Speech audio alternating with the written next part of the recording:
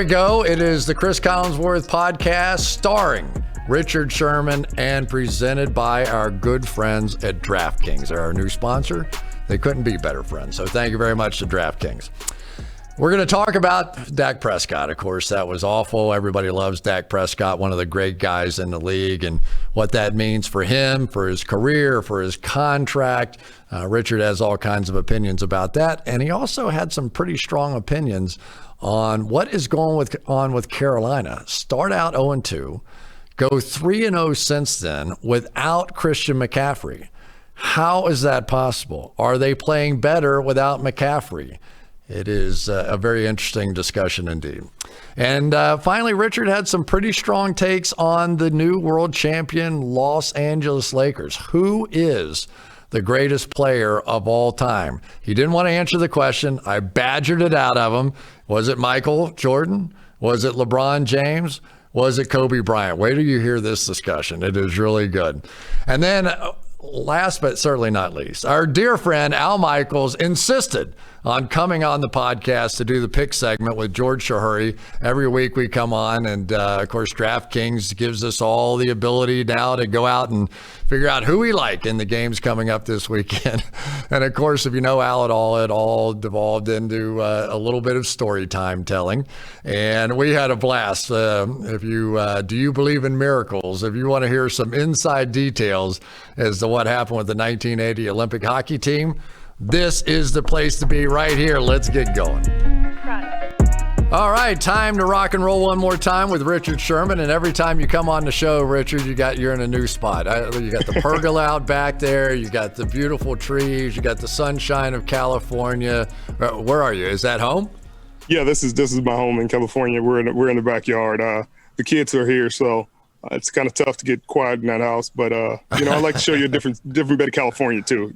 All you got to see is a hotel room last time. Oh, don't remind me of that hotel room. That was never mind. I'm not even getting started on all that again. Well, let's get right into it. This was a newsy kind of week this week in the National Football League. And you got to start at the top, right? Dak getting injured, and it's so rough. You and I both have been through contract situations. It's a brutal business. You have a chance to go for a long-term guaranteed deal. It's not as much money as you maybe want, but you could sign something that's guaranteed over a longer period of time. Dak doesn't sign that contract. He was he was tagged.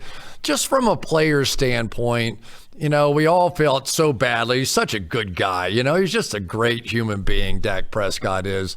When you heard it or you saw it for the first time, what were you thinking? I felt terrible for him.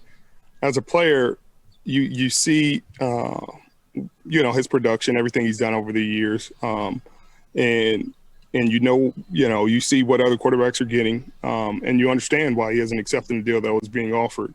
And then you always see the side where the fans, and that's one thing players never understand is the side the fans take, but they're always with the logo. Players are greedy. Players, oh man, take what you can get. That's like, oh, why are you doing this? And it's like fans never take a step back, away from the organization and say, hey, this player has worked his whole life for this. This is one opportunity to have life-changing money. Why wouldn't he try to maximize it? And so you just feel sick for him. You feel sick because he was having a freaking record-setting season. 500 yards, 470, 450. Having a season of his life. And really going to show everybody he deserved not only the money that he was getting, but probably more. And to see him injured like that, man, it's just beyond hate to see it. I'm sick to my stomach for him. Well, speaking of more money, I think it's time for you to go in and ask for a raise. I watched the tape of the 49ers last week. Oh, my goodness. Now, I know you guys are thin at the quarterback position, right? That was, I think you're about 4 cornerbacks down, and even the guys that are playing a little bit wounded at this point. But That game was rough. It was from the cornerback position. Brian Allen tried to come in off the practice squad or whatever. And, man, every single time he got in man coverage, they threw a deep ball on him and they were completing him. Jimmy Garoppolo tried to come back from the bad ankle. When he wasn't on his back, he was throwing it in the dirt. And then C.J. Beathard came in and it just wasn't any better. That was a rough day for the 49ers out there. A little bit of a stunner.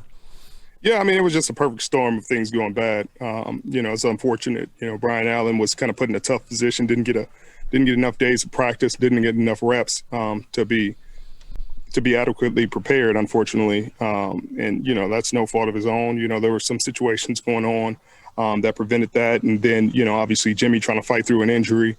It's always tough to get back. Miami did a great job putting pressure on him and hitting him every chance they got. It was just perfect storm of bad things. Obviously Fitz is hot and cold, but you got good Fitz that day and he played well, found a matchup he liked and went after it. And it's one of those things. It happens in the league. It's just unfortunate. It was the perfect storm of events. But I look forward to seeing Jimmy, and those guys bounce back. And obviously we get healthier in the secondary. Emmanuel Mosley's coming back this week. So hopefully that'll shore things up. But you'll be back out there to see it. It's going to be awesome. Hey, we also got the Las Vegas Raiders. I'm so happy I didn't say the O word. The Las Vegas Raiders knocking off the Kansas City Chiefs in Kansas City. And if there was ever a team that maybe took a little page out of the playbook for the Kansas City Chiefs, went out and got some speed on that football team, right? Go get Henry Ruggs. They had their choice, any receiver they want at that point in the draft. And now they are starting to throw the deep ball with Derek Carr, which we had not really seen much of in the past. Is this a new day coming now that they've moved out to the desert? Yeah, I mean, it looks like it. Derek's playing with a tremendous amount of confidence. Their defense is playing surprisingly well, very opportunistic, made some huge plays in that game. Few key turnovers, put the offense in really great scoring position. But those games against Kansas City have always been shootouts in that division. Kansas City and the Raiders have always, had shootouts. It's always been high scoring, and the Raiders have had a chance to win, usually in the last drive. So it's good to see them be able to pull it out. That's great for the confidence of the team, confidence of Derek Carr, and they're really young everywhere. Darren Waller is playing fantastic at tight end spot, and they're only getting better. I saw Jason Witten get a touchdown the other day. They're doing it all. If he can come out of the booth, I can come out of the booth, man. That's my next shot. There you go. There you go. We were just talking about it, and some of the rumors already starting a little bit that Eric Bieniemy now is probably sort of top of the list, or at least I would hope top of the list. He should have been top of the list last year, and nobody believed me. But so he didn't get a job, and he's the offensive coordinator for the Kansas City Chiefs and world champions and all that kind of stuff. But you start to look around, and there's a team or two that'll be looking for a coach now. But one in particular probably sticks out to you as where this might really work. Yeah, like we talked about before, I think that the Houston Texans is exactly where very dynamic quarterback, great outside zone running team, inside zone, big time playmakers on the defensive side. They obviously they're going to be cash strapped for a few years, based on, GM Bill O'Brien, who we talked about on the last episode. But I think that's a huge opportunity for him. I just hope that these teams don't make the same mistakes that teams in the past have made, and say, hey, well, it doesn't matter about his track record or what he's done. He's not the play caller or whatever. Right. He's a friend of a friend, or he's part of this tree, or he's this, and I don't think teams have had success with those guys. I think Bieniemy should have been chosen a long time ago. There's been guys that have been, better candidates, and they haven't gotten picked, and that's why you got these teams 0-5, and both teams in New York are 0-5, and you got Detroit struggling, ever since Caldwell left. They were 9-7 when he left, and I don't think they've won 11 games since. And that's where you look up and you're like, maybe the system, maybe the way they're choosing these coaches needs to change. Yeah. You chose a different team. Your old team I got a chance to watch the other night, and it was a wild game. I mean, it was just a wild game. In the first half, I think everybody was watching the Lakers game, and that's all right. Don't worry about it. Don't worry, you're killing our ratings, but that's okay. So then the second half just got crazy. I mean, Seattle couldn't have looked any worse, really, on offense for the first half of that game. And then they come out in the second half and just start flying up and down the field, getting turnovers, making plays. And then there was a decision at the end of that game. Mike Zimmer had the ball on about the 5 or 6 yard line. It's 4th and 1. He's got a 5-point lead. If he kicks a field goal, he's going to have an 8-point lead. Instead, he tries to go for it. And it was a very close decision. The mathematics skewed slightly in favor of Zimmer being correct in going for it on 4th and 1. And yet, if he kicks that field goal, he's going to have an 8-point lead and force Russ to not only go score a touchdown and also get the 2-point conversion. But the kickoff likely would have put the ball at the 25-yard line instead of at the 5-yard line. So now you just applied as the head coach to the Minnesota Vikings. They have decided to pay you $20 million per year to leave your podcast career and your playing career. What would you have done, Coach Sherman, in that situation? Obviously hindsight's 2020, so it's kind of unfair, but I'll take it.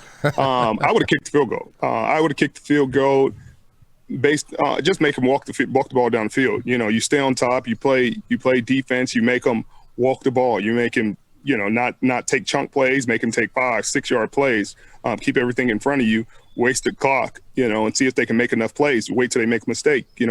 I was talking about this the other day. I'm not a fan of a lot of these coordinators in the league right now. I feel like these people get a lot of credit based off coaching great players instead of the scheme they've drawn up. A lot of these coaches say, I'm going to pressure and play man, and you got a bunch of great players that make bad calls look good. So now they get credit for being good coordinators, and they're not. Are coordinators that have a lot of variety in their system. Oh man, they run everything. And it's like, but you never see them win a championship because it's the players that have made them look good. So when they don't have the all-star, superstar players, their scheme doesn't look as great. And so you see a lot of those teams struggle. And that's the same thing you saw here. I think Zimmer should have, him being a defensive coach, I think he should have kicked the field goal and trusted his defense. They got enough playmakers. They were putting pressure on Russell all day. But you got to give credit for Russell walking the ball down the field, converting, I think, 2 4th downs, maybe 3, to win that game. You saw Russell as a baby. He's a teammate of yours, right? You got to see the whole thing. He's never gotten an MVP vote. He never has. He would have gotten one for me if I didn't get kicked out of that club. I did get kicked out of that club for being a little late with my ballots a couple of times because PFF had him as the MVP a season ago, which was interesting. But he would have gotten my vote last year. So as you've watched him over the years, what would you say about him? What would you say is different about him? How has he grown? He doesn't have the Legion of Boom anymore to rely on. As he saw the other night, he had to go win games by outscoring people. The Seattle defense has definitely been struggling this year. What would you say about his game? I'd say he's been more efficient. He's been really, really efficient. But like I said, it's down the stretch that's gonna win the MVP. He's played fantastic. And it's really the only reason they're 5-0. You've got guys playing well on defense. You got Bobby Wagner, you got KJ Wright, both playing fantastic. But outside of that, Jamal Adams was playing fantastic before he got injured. But they're struggling. I think they're giving up 400 yards a game. So he's in a shootout every week. But I think the reason that it's been tough for him to get an MVP vote in these last years was because you have to be pretty much the number one offense on the number one team to get the MVP. So if you're not the number one offense in yards and points, like Patrick Mahomes has been, like Lamar Jackson has been, then it's going to be tough to get the votes. It's if you're the main culprit, he's the MVP of Seattle and has been for, I don't know, the last 4 or 5 years. But that's not necessarily the MVP of the league. every year. You know, you have to be able to carry your team to the 1 seed. And if your team is the 1 seed, then you usually get it. That's how it's worked for a number of years. I don't know when the last time the MVP has been somebody not on the number 1 seed. We never know where life will lead us or what may hinder us along the way. But while every day can feel like one big question mark, it doesn't have to. With the right insights, strategies, and solutions from Western and Southern Financial Group, together we can look ahead to leave the unknown behind.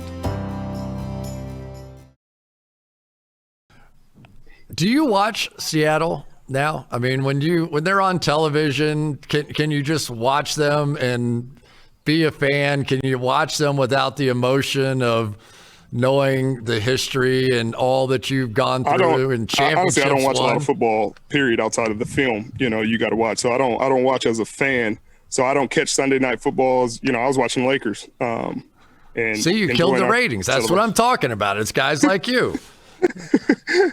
but you know, that's why you got the film on your iPad. You know, you could catch it where it's not the broadcast, and you just catch the all 22. You see guys play well. You see the mistakes. You see what happened. But I usually don't catch the Thursday, Sunday. You know, I'll let the fans have it, and you know, I try to enjoy my shows. You're hanging out with your kids at that point. Right, I got it. You know, what's one of the interesting discussions in the NFL is how much do running backs really matter? You know, the poor running backs have taken a beating here lately. Like, they can't get paid.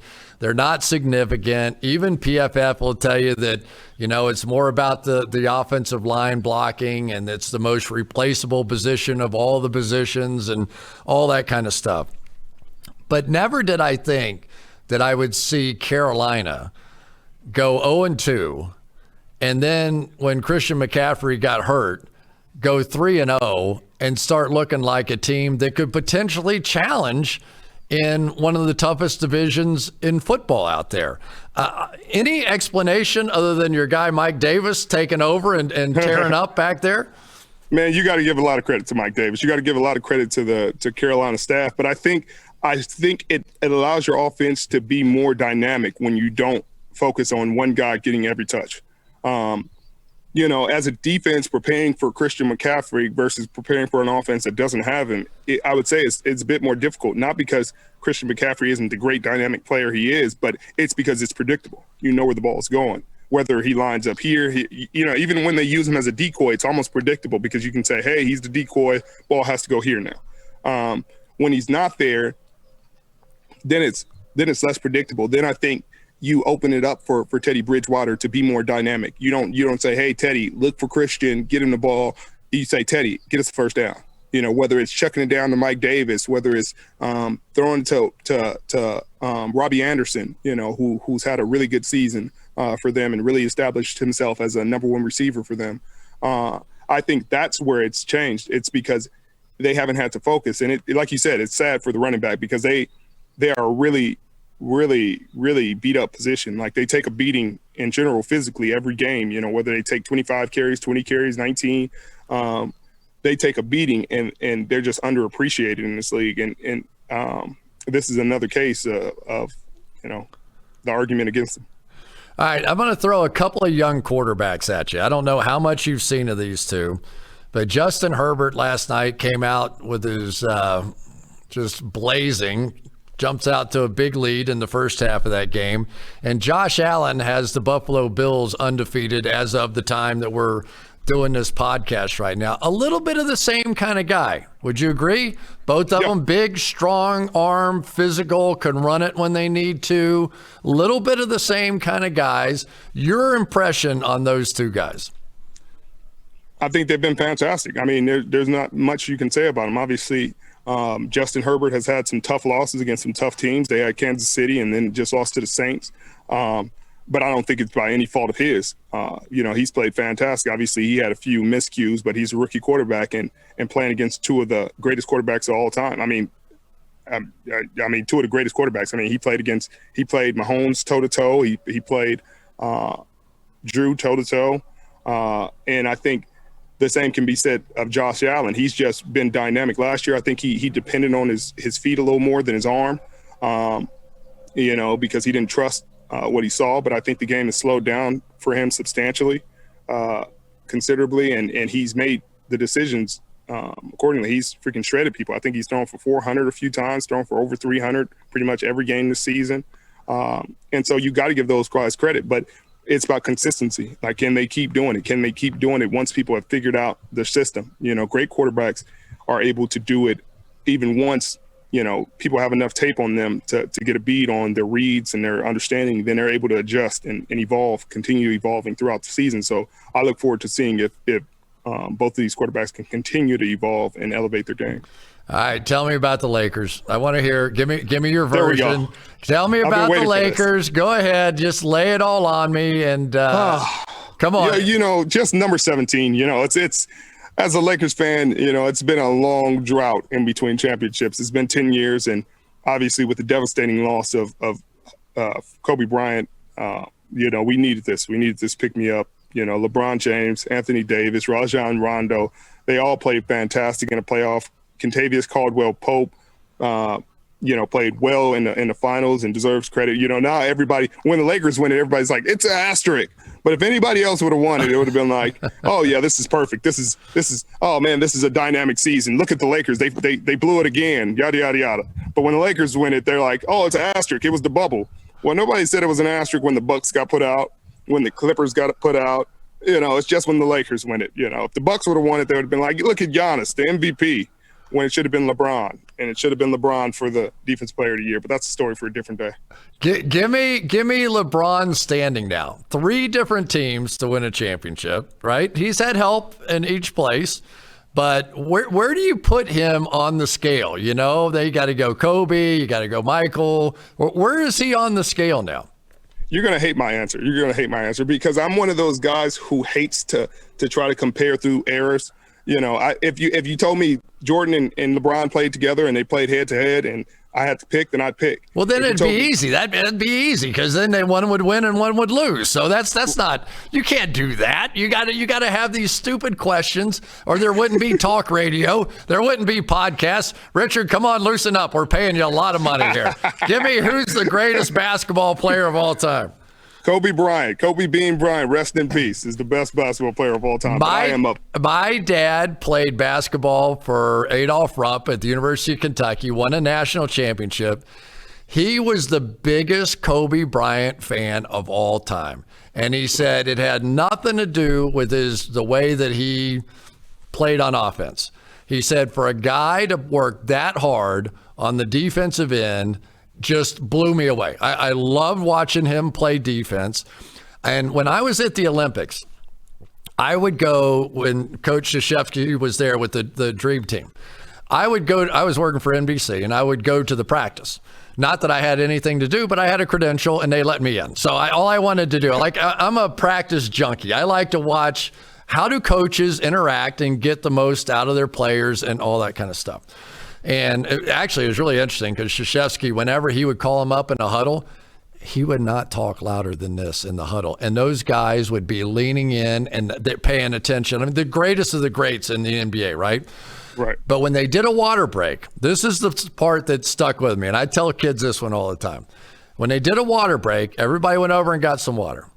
Kobe Bryant had a guy who fed him as many 3-point passes as he could. He just shot threes the whole time everybody else was on a water break and didn't even blink. Then he went back to practice and and he went about his business.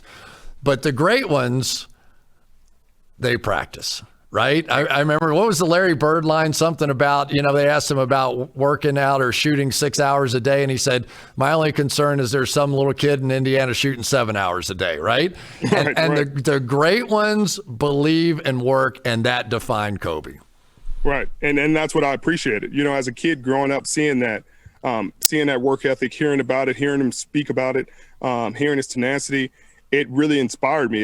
It inspired me to do more and want more and to fight harder. And that's why I'll always consider him the greatest basketball player because, there's really nothing that can be done to change my mind, which is unfortunate because I'm biased. LeBron has had a fantastic career and, 16-time All-Star, 4-time finals MVP, four-time MVP, four-time champion, et cetera, and deserves all the credit that he'll get. But it's different eras. I feel like when Kobe was playing and in the time he played, he's the greatest basketball player to play during his time. I think during this time, this is LeBron's era. LeBron's era has been the longest, longer than Jordan's, longer than Kobe's. He's in year 17 and still getting finals MVPs and should have got a regular season MVP and got another championship, another All-Star, I think Kobe, still got All-Stars, but Jordan didn't make it to year 17. And so you got to give him credit for that. But like you said, Kobe's defense, his tenacity, the things that he brought that changed the structure of his team really what does it for me. I would have loved to have had Kobe here to talk about the social justice movement and what was going on in this country right now. I got to interview him a few times at the Olympics. He was a remarkably patriotic guy. He really was. And he spoke about this country in glowing terms. I also know that he would have been very uncomfortable with a lot of what was going on. I just wonder, I really miss his voice in this time. It would have been fantastic to hear him. Yeah, it would have been powerful. It would have been another powerful advocate that could potentially bring people together. This time it's so divisive. Everything is divisive. Everything is one side or other. It's black or white. It's Republican or Democrat, and it's sad. It's really sad because, through just about every election, that I've been alive in these short 32 years, there's politics, there's Democratic and Republican, but it's never been this egregious, this far of a disparity between the politics, and almost to the point where it's not really about the politics. The politics are almost masking racism. And that's where it's getting troubling for me and, guys talking about they're going to start a civil war if one guy loses. And, I don't think it's ever been to that point. I don't think this country's ever been to the point where somebody's talking about starting a war because somebody loses. You lose because you didn't get the votes, because the majority of the country wants the other guy, and for somebody to say that, I think, obviously they should be in jail, but there's not enough people condemning it, and that speaks to where our country is at this point. It's a very strange time indeed. Can you remember where you were when Kobe passed, when you got that news? It probably I can remember exactly where I was. I was on a plane, an hour into a plane to Miami to the Super Bowl. Really? Yep. John Lynch came up to me and told me Kobe Bryant has crashed in a helicopter crash. That's the rumor. It hadn't been confirmed. And that was I had nothing. I couldn't even believe it. Over the years, I had been an admirer of Kobe Bryant, but I had a chance to meet him, become friends with him, exchange numbers. He played my softball game, and became somebody I was able to lean on and have conversations with. When I tore my Achilles, he was the first person to reach out. And to hear him pass just was unbelievably sad news. It was, you understand that you're excited to be going to the Super Bowl, but, this is a game we play, that's life or death. He has a family, he has kids that he'll never see again. They'll never see their father.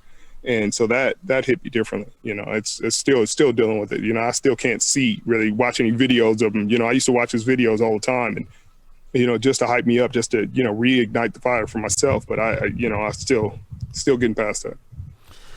Always a pleasure, my friend. It's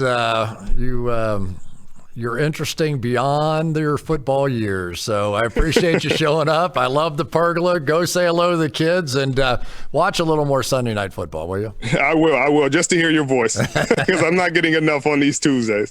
I'll see you next week. All right, see you next week. All right, George, now it's time for my weekly education on picking football games. Of course, you're the guru, you're the expert, but I understand that the DraftKings Sportsbook and their top-rated Sportsbook app now has a tremendous deal with PFF, that you no longer have to drive across the state lines into Indiana with your mask over your face and do all those things you used to do, because the PFF promo code DraftKings Sportsbook app, it's incredible. And it's not just football. It's golf, it's soccer, you name the sport. You can go over there and have some fun with this sportsbook app. What is this? Yeah, even baseball, they're still playing that. And it's really simple. You just download the DraftKings Sportsbook app and use the promo code PFF. And then when you sign up, you get up to $1,000 sign up bonus. So it's a pretty good deal. Use promo code PFF. Do it more than once. No, that's it. You could just sign up once. That's the whole deal. I've tried that. I've got 3 names. I could just keep shifting. In addition to trying that, I've also tried different states. That's why I ended up in Indiana. I don't want to talk about it anymore. It's a long story. But it's only for a limited time, so you want to go make that happen. You just have to download the app. You got to be 21 or older. We all know that. New Jersey, Indiana, Pennsylvania. The bonus is comprised of a first deposit bonus and then a first bet match, each up to $500. Deposit bonus requires a 25-time playthrough. Restrictions apply. See DraftKings.com/sportsbook for details. And you know this, if you have a gambling problem, best thing to do, call 1-800-GAMBLER. In the state of Indiana, it's 1-800-9-WITH-IT. All right, let's get back to the show. All right, here we go with my favorite part of the program. DraftKings is now our sponsor. How about that? So we actually have a reason to pick these games against the spread and do all that. So if we're going to pick games against the spread, you got to bring in the guru, right? You got to have the guy from from the lovely flower garden in Southern California to put the finishing touch on. He's rubbing it in our faces, really. What? And there it is. That is the prediction now. That is the prediction. Right here. Now tell people why you have the owl in your backyard. Well, because we've had a bird invasion, and these aren't little robins or songbirds. We have a crow and a vulture invasion. So the only way to stop that is to go to your nearby gas station and get one of these for about 28 cents, and this will take care of that. So that's my security force in my backyard here in SoCal. So the vultures are no longer circling over your pool at this point? Not at this particular moment, but stand by, because something could happen before this segment is done, and then we'd really have a scoop. So let's figure out whether or not Al really knows anything about betting on football, because there's always a mild reference at the end of some games about some people may care about whether or not this field goal is made or not. And I never know what he's talking about. Of course not. But other people seem to have some idea. So, George, get us started here. What are the big games of the week this week? Yeah, last week we didn't really have any. There were a lot of kind of games. This week there's a bunch. Big games. Some big ones. And let's start with Cleveland-Pittsburgh on DraftKings Sportsbook. Pittsburgh favored by 3.5. Al, your initial thought. You're asking me? Yes. And by the way, you do know exactly what I'm talking about every time I bring that into play. It's amazing how often the over and under comes into play on our games, and very often it's like you're only a half point, off. Either it's a horrible beat, or it's nirvana. You came out of nowhere to win your bet. But Cleveland, Pittsburgh. I think that we haven't seen either team. I wish we know so much more if we've had the team, but we haven't, and we haven't seen Cleveland since week 3 last year. Pittsburgh, we had a couple of times down the stretch last year, as I recall.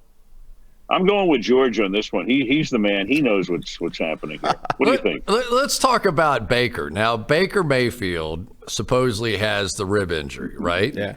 And the x-rays came back negative. Let me tell you what that means. That means nothing. I've had so many cracked ribs in my career, and you know what they do? They take you in for an x-ray, which is utterly worthless because you cannot see cracked ribs. You know when you can see cracked ribs? A week and a half later, when it starts to calcify, then you take an x-ray, and which they've done with me several times. They're like, oh, we must have missed it on the first one. I go, no, because it didn't calcify yet. Yeah. Because they don't want you to think you have cracked ribs, because they want you to go play. So right now they went out, they took x-rays of Baker, and they said, oh, no, there's nothing on there. And in probably a week, you'll see the little calcification where he did have a cracked rib. So he's going to be hurting. He'll play. But when you play against that Pittsburgh defense, and he's not playing that well, Baker's not playing that well, and that Pittsburgh defense is playing great, I don't care what the point spread is, I'll take Pittsburgh. Yeah, so here was my thought on this. As you said, Baker Mayfield's grading worse than he did last year. And they just beat the Colts. They're at the top of the market here. Everyone loves Cleveland. They want to hop on the bandwagon. Pittsburgh, they're blitzing 50% of the time. They're getting pressure 10% more than any other team. I'm with you. I just think that, this is the time Baker Mayfield crumbles. And I love the way Cris says a cracked rib means nothing. But what if you're throwing it and not receiving it, right? It's one thing when you were getting your x-rays pre-calcification, by the way, which I learned from you. I didn't realize you had gone to medical school in Gainesville as well as engineering school. The more you can do. But I think I don't know what that means. I really don't. And I think George makes a great point in that Cleveland is kind of like, it's a great story. A lot of people want to see the Cleveland Browns, who have not done well, obviously, for a long, long time, do well. And I think that factors into more people, going in that direction. But you guys both make great points, and that's why I'm sitting here just observing and listening and then putting my bet down. All I know is the best line just slid right by both of us. Al's Al. I had never put it together like that. Al's Al. I think that's fantastic. The rest of my life, I'll have that name for that Al. I've told you this. I told you this story. I mean, when I was doing the Cincinnati Reds back in prehistoric times, like 1971. And R.I.P. Joe Morgan, by the way, great guy, and it's so sad. But when I was doing the Reds back in '71, so in those years, no internet, no Federal Express, no anything. So you'd get snail mail, and we're in spring training, and we come back, and there's a stack of mail in the office addressed to me, and I can't wait to open it up to see how great I'm doing. And the first letter I look at has all kinds of stuff you couldn't say even on a podcast on the outside of the envelope, much less on television. And I opened it up, and it's a letter destroying me completely. But it's from Corbin, Kentucky, and the salutation is "Dear Al, DEEROWL." And that's when I knew I was in big trouble. But it got better from there. Why does it always have to be a Kentucky guy, man? You always got to make fun of Kentuckians. You know what I mean? I'm not making fun. No, I'm not making fun of Kentucky. I'm just, I'm a trained journalist, and I want to get the facts right. And the postmark did say Corbin, Kentucky. It's being a snooty I don't Californian. Make stuff up. He is. Which is like George is a snooty Californian too. So you got kindred spirits here. I'm gonna gang up on you. They Green Bay and Tampa Bay. Now, Al, we have seen the Green Bay Packers. Very impressive, right? Would you agree? Very impressive. Tampa Bay is, they had a lot of people hurt Thursday night, maybe too short a period of time for that game, and they didn't really look good. They didn't look sharp. Chicago looked better. What do you think? Is Green Bay for real? Every time I've watched Green Bay play so far this year, just razor sharp. I mean, not just a little bit sharp. They have been razor sharp on offense. Yeah, and I mean, you got receivers coming out of nowhere. The tight end Tanyan, and with 3 touchdowns in a prior game. It's funny. I look at this game and I think about the involvement of the league and what's happened over a bunch of years, obviously a lot of years. But Pete Axtell, who was a writer, and I think he was one of the first guys who predicted games on, I think, NBC on a pregame show many, many years ago. So when Green Bay and Tampa Bay were both terrible, he called that game the Bay of Pigs. So that Green Bay Tampa Bay game has come a long way since the late Pete Axtell was making his picks. I mean, Green Bay looks great. They look fantastic. The game is where, Georgie, I forgot. It's in Tampa. In Tampa, this is flipped. So Green Bay, now the favorite. They're a 2.5-point favorite. Here's what I keep coming back to is, you watch that Thursday night game in Chicago, and Tampa Bay just made so many errors. I mean, just all over the place. The one that everyone remembers is the 4th down, disaster. But I don't know. everyone loves Green Bay. I'm curious if you guys think they're better than Seattle. I'm going to say yes right now. I think they have the potential to be better on defense. Now, when Adams comes back for Seattle, maybe that flip-flops back the other way. But Seattle can't get to the passer. I mean, they did a little bit in that game the other night against Minnesota, but Minnesota has this, really tough way to go at guard there. So I think I personally feel like two great quarterbacks, the two front runners for MVP. So that's kind of a wash. Yeah. I think Green Bay has a better chance, I think, on defense, just because maybe they can get after the quarterback a little better. I agree. I think that, the Seattle defense, got shredded the other night on the ground. Minnesota ran at will. They did make the stop when they had to make the stop, which let Russell Wilson come in and lead that incredible drive.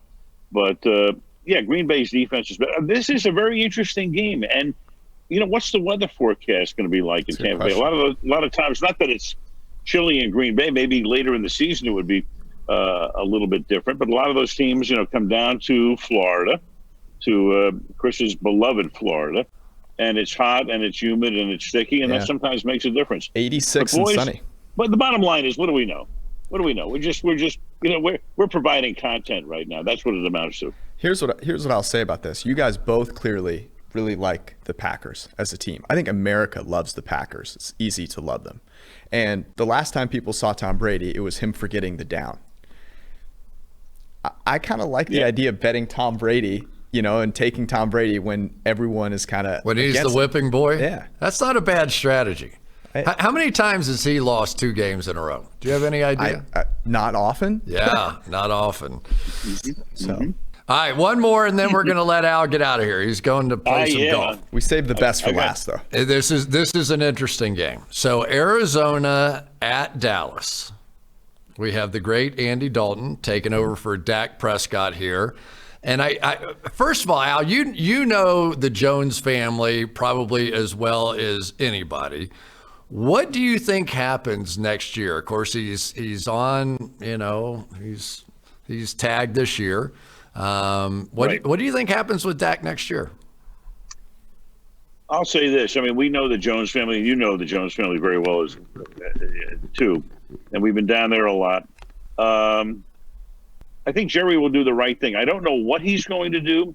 It's a hard choice. We all know that. If you're running a football team and you have this particular situation, you don't know how anybody's going to react. But I will say, I believe Jerry is and always has been, and that family's been very principled.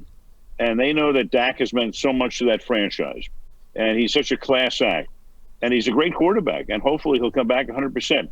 So it's something that will be discussed, I'm sure, up one side and down the other in the off season and for the rest of this season. But I think he always, as I say, he does the right thing by his people, and that's why I'd say 98% of those people who played for Dallas, they have great respect and admiration and love for Jerry. And a couple of other guys are going, you got to take care of your players. He does. I think Jerry Jones takes as good care of his players as any owner I know. Takes pretty good care of announcers sometimes too. Yeah, he takes care of people. He does. He does. And you and I both know. Jerry gets slings and arrows because he's out there. He's in the spotlight. He's a famous man. But I have a great deal of admiration and respect for him because I think he's a very principled man. So let me ask you this then, because here's the question that's going around. Dak Prescott is out, but Andy Dalton is in. This isn't like, Trevor Siemian coming in here. This is a guy that's gone to the playoffs before. So Dallas was favored by 3. Look ahead with Dak, 3.5. Now they're 2.5 3-point underdogs. Andy Dalton won that game. He made some nice throws.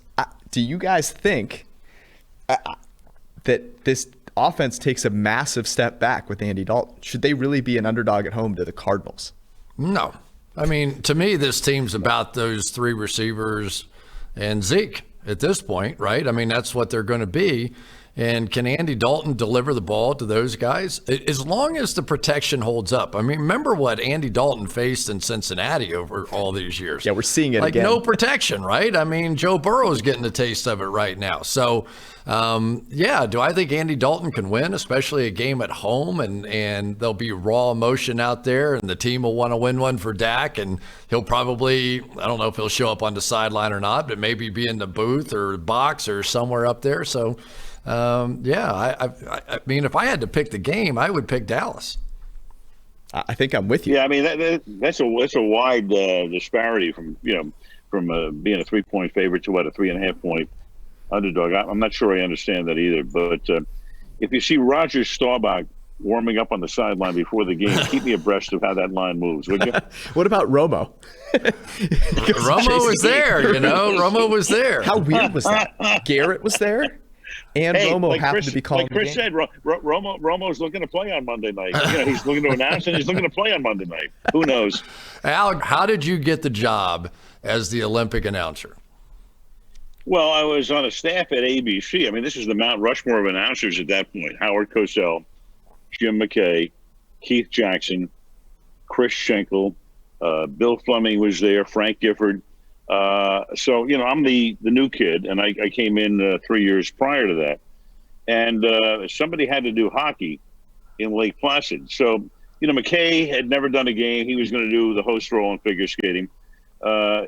Frank Gifford and his buddy Bob Beatty, all they wanted to do was the après ski scene. So they were sent up the mountain to cover alpine skiing and then, hang around all night and have fun. Keith Jackson actually got the assignment that I wanted. I wanted to do speed skating because the big star of those Olympics was going to be Eric Heiden, who, was expected to win 5 gold medals, which he did.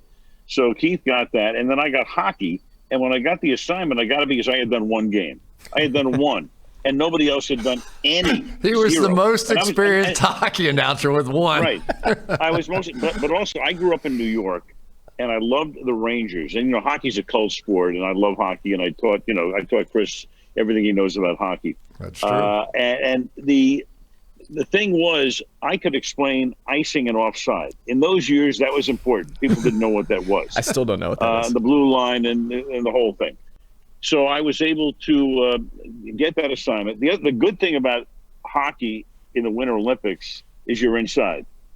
You don't have to get outside in the elements. So I was pretty happy about that. And then, of course, I was fairly ecstatic when the thing ended to think that, 40 years later, the folks are still talking about it. That was a one-off, but it was a wonderful one-off. Did you know when you made that call, were you like right after it, you were like, oh, yeah, that was it? Nope. No bat flip, nothing? Nope. Because I've told the story before. Ken Dryden, my partner, and I, we were walking over to the arena, and I said to him, man, I just hope in the middle of the second period it's only like 3-1. So at least it sounds close, because my fear was that the Soviets were so much better, they would be leading, 6-0 at the end of the first period. And so when the first period ended 2-2, we go, whoa, boy, this is about as good as it's going to get. And then we held them to 1 goal in the second. It was 3-2. So who knows?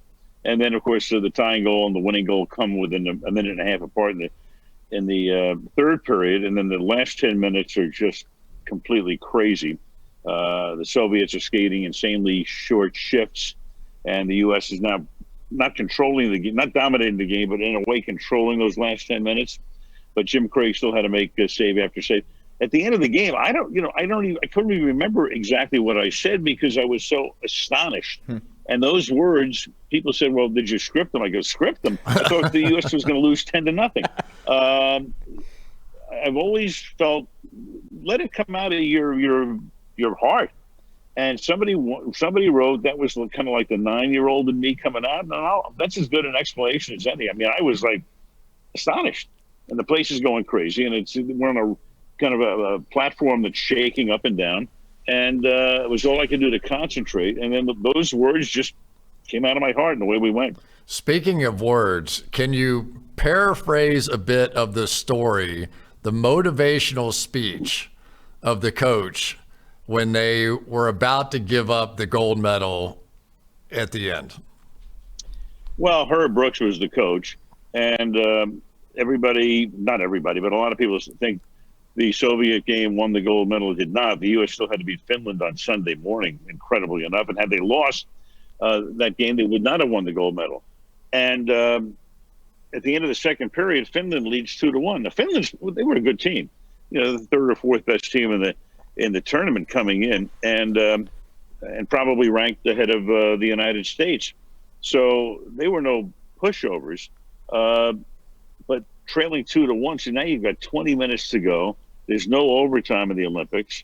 You got the third period coming up, and Herb Brooks, before the team went out on the ice for the third period, just stood there by the door, looked back at the team, and said, "If you lose this game, you will take it to your grave." And of course, he had an adjective in front of grave. Yes, he did. Figure out what that one was. And they came out and fired away, and that was that.